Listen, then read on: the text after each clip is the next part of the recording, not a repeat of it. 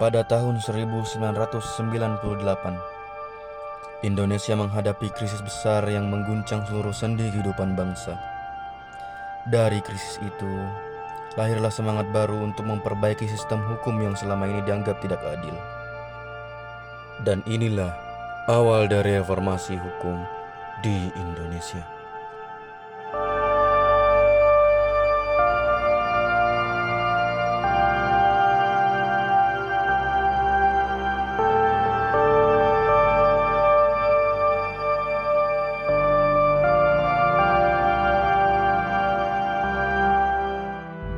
Sejak beberapa waktu terakhir, Mei menjadi salah satu bulan bersejarah bagi bangsa Indonesia.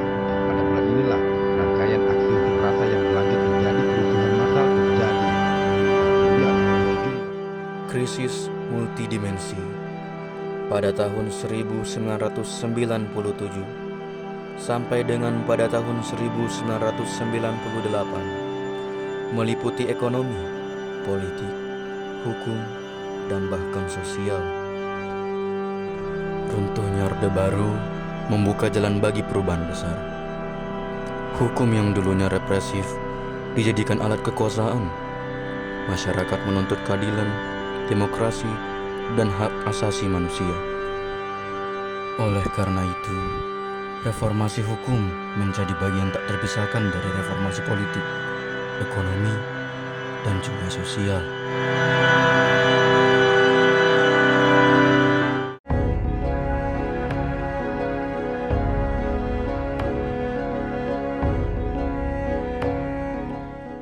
Reformasi hukum dijalankan melalui berbagai agenda besar, dari perubahan konstitusi hingga pembentukan lembaga baru yang memperkuat demokrasi dan pengawasan kekuasaan.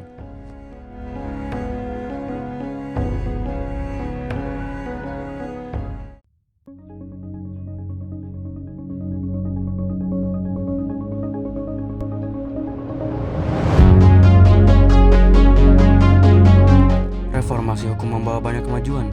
Demokrasi semakin terbuka, HAM lebih dihargai, dan lembaga peradilan menjadi lebih independen. Dan tak lupa, KPK menjadi simbol keberanian untuk melawan korupsi.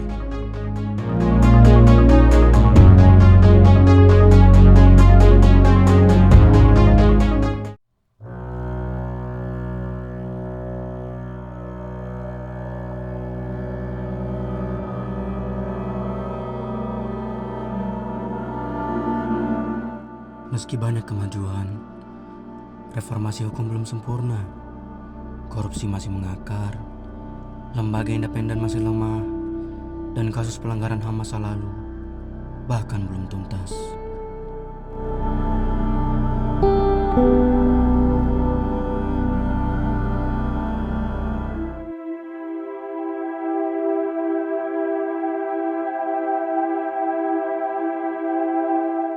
Tantangan ke depan semakin kompleks.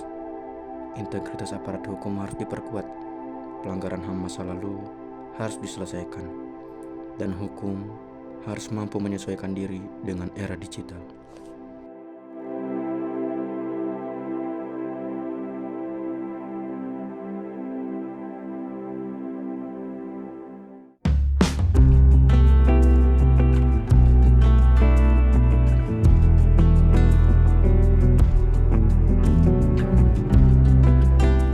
Beberapa contoh nyata reformasi hukum terlihat dari kinerja KPK dalam operasi tangkap tangan, putusan MK yang melindungi hak politik warga, serta akhirnya pengadilan tipikor.